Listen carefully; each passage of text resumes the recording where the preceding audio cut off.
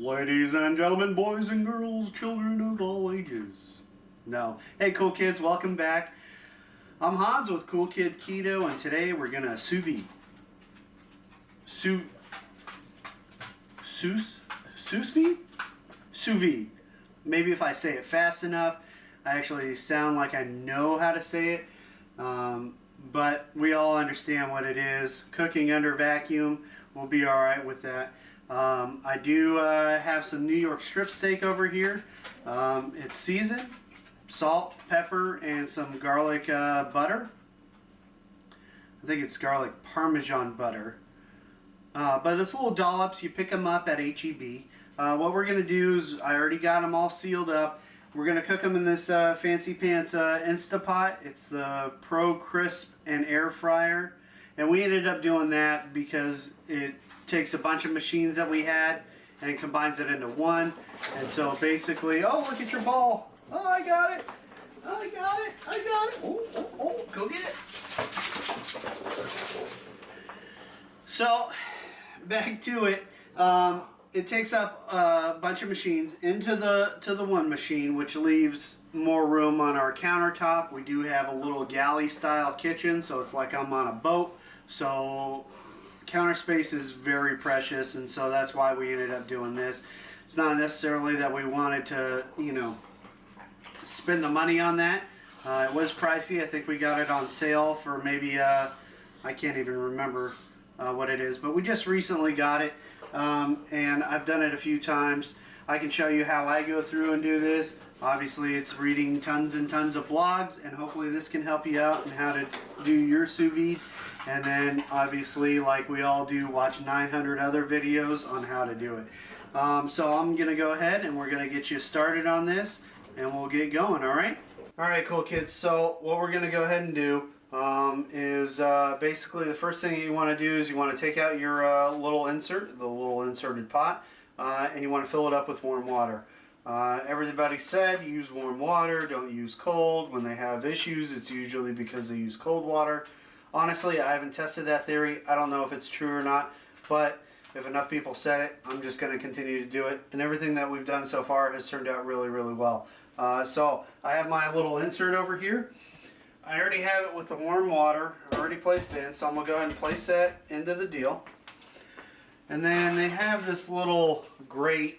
Basically what it's going to do for us here with the sous vide is so it doesn't touch the sides of the metal here. So when it's heating up to the temperature that we want, it's not just cooking the steak off of the metal deal. It's actually in the water, and the water is keeping it at that temperature for the duration that we want.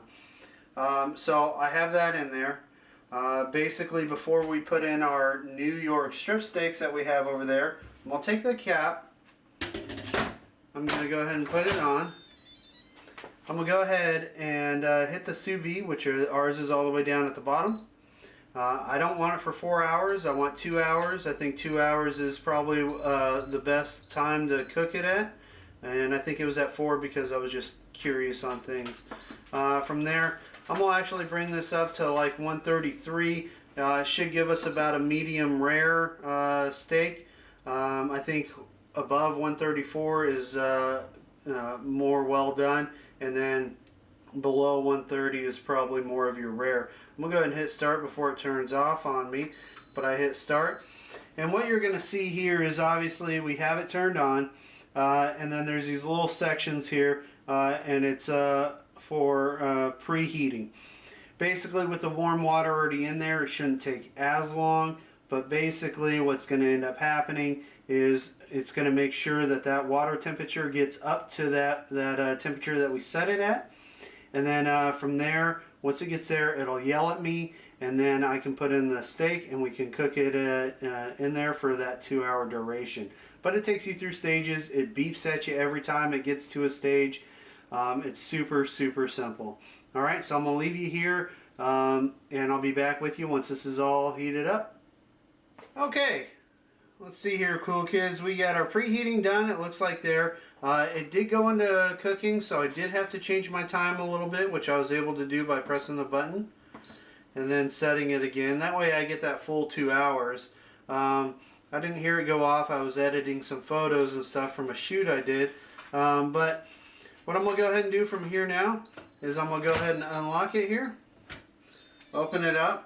I'm going to take each one of these here. I'm going to set them in, but I'm going to try to be very careful not to touch the sides, and watch your fingers a little bit. It is 130 something degrees. It's not going to give you a full-on burn, but it won't feel terribly pretty.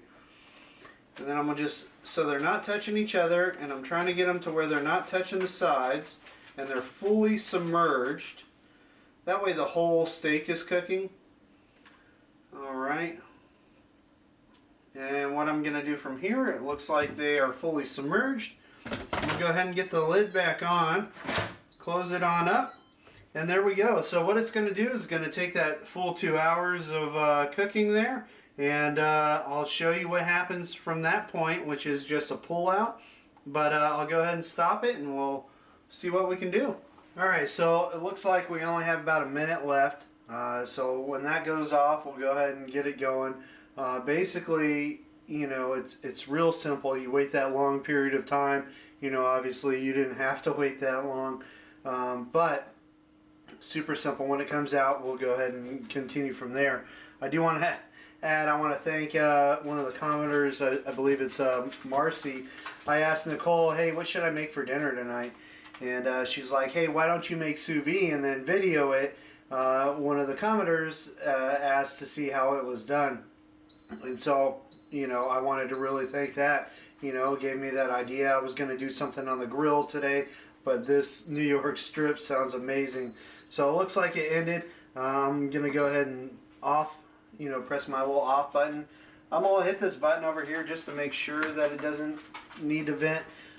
They don't get pressurized, so it shouldn't, but I do it just in case because I guess I'm nervous about it. From here, we're just going to go ahead and take off the lid.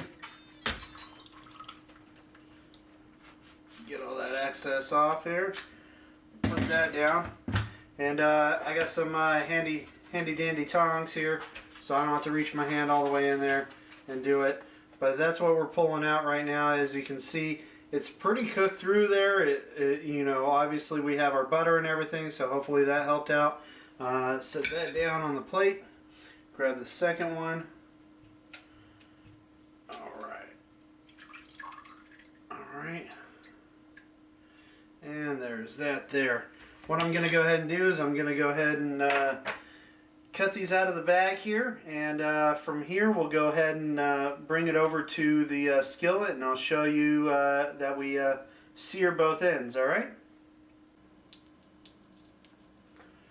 Alright, so if you notice, I have two pans here because I do need to have a side. We have some cheese curds here, so I ended up measuring out 2 ounces of these cheese curds, and basically I'm just going to fry them in some butter right here, and that's going to be while I cook these, or sear, not cook, but sear these steaks. So I'm going to do one steak at a time here. Nicole is at work, so it's just me, but I will cook both of them, so when she gets back, we're good to go. Let's go ahead and get this one going here.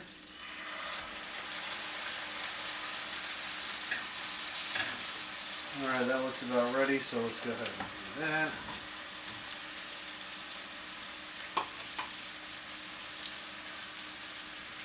So basically what you want to do is you want to go ahead and sear this on each side. They say a minute, but really for me it's going to be what kind of crust you want on it. Some people like a lighter crust, some people want a heavier crust. I don't know, it just kind of depends on my day. So I'll let that sit for about a minute, and I'll just kind of take a quick peek. And if it's where I want it to be, then I'll go ahead and flip it over and do the same for the other side.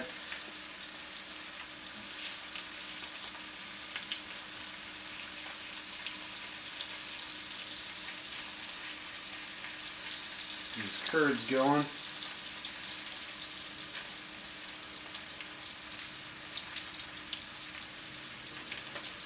Ooh, don't get melted together.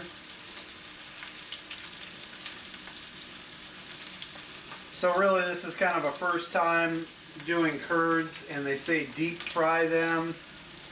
Obviously, I don't want to use a bunch of oil or whatnot, so I'm trying it with butter. We're going to see kind of how that works out. Nicole makes some of those queso ones, and they always turn out great, but this is actually a first for me.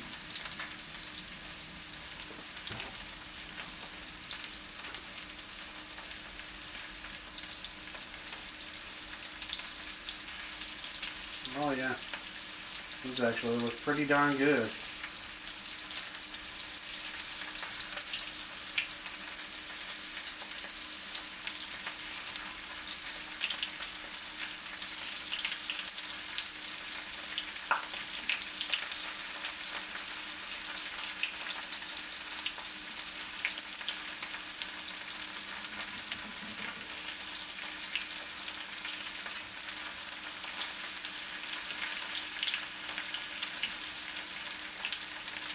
Sorry, I'm trying to concentrate here. I guess I'm not good at talking and doing at the same time. Oh, that one's kind of together. It's going to just be a big cheese curd together. Flip, my friend.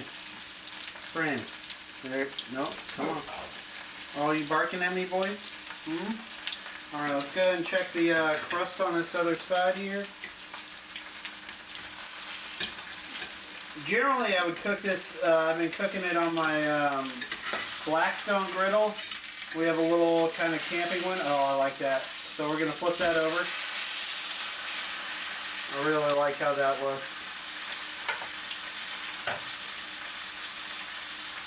So we'll do the same for the other side. And then I'll jump the other steak over. But I'm going to actually drop another tablespoon of butter for the next steak here. And that's what I'm cooking the steak in. So, again, you know, it's not bacon grease like we have here, but it is something pretty delicious.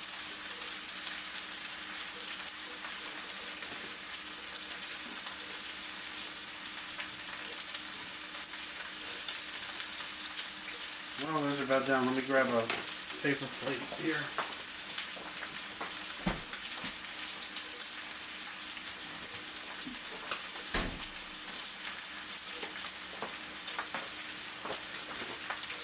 So, because I don't want to do tons of dishes, ooh, those are probably two done.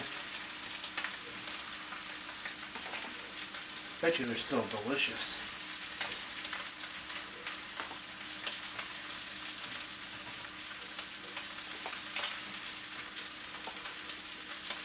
Alright, we're going to let that sit for a minute. Turn that guy off.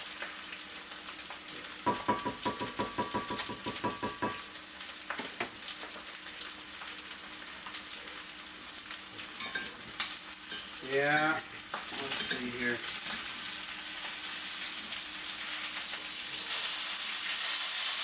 Oh, and obviously the garlic butter stuck. Let's see here. You barking at somebody, huh, Louie? Let's grab that other tablespoon.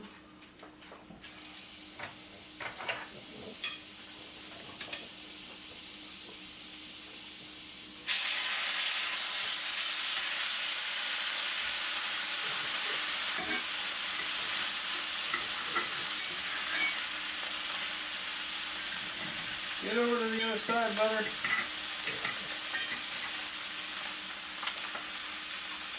Alright, we'll let that sit.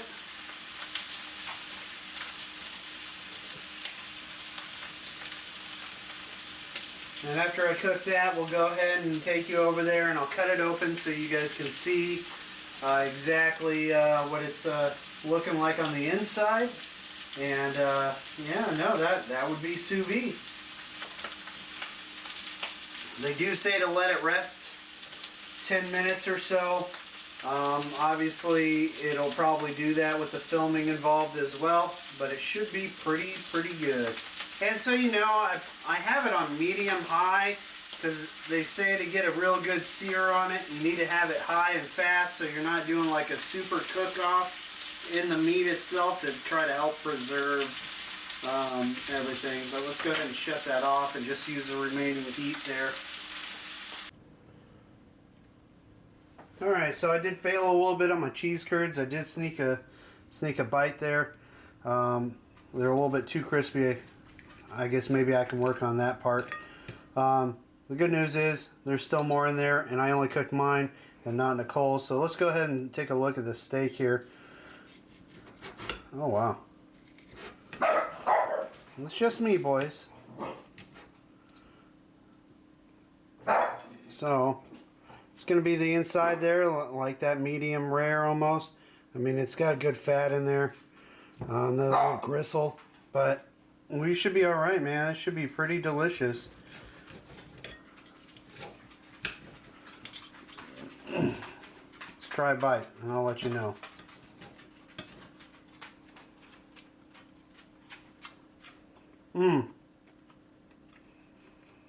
Wow.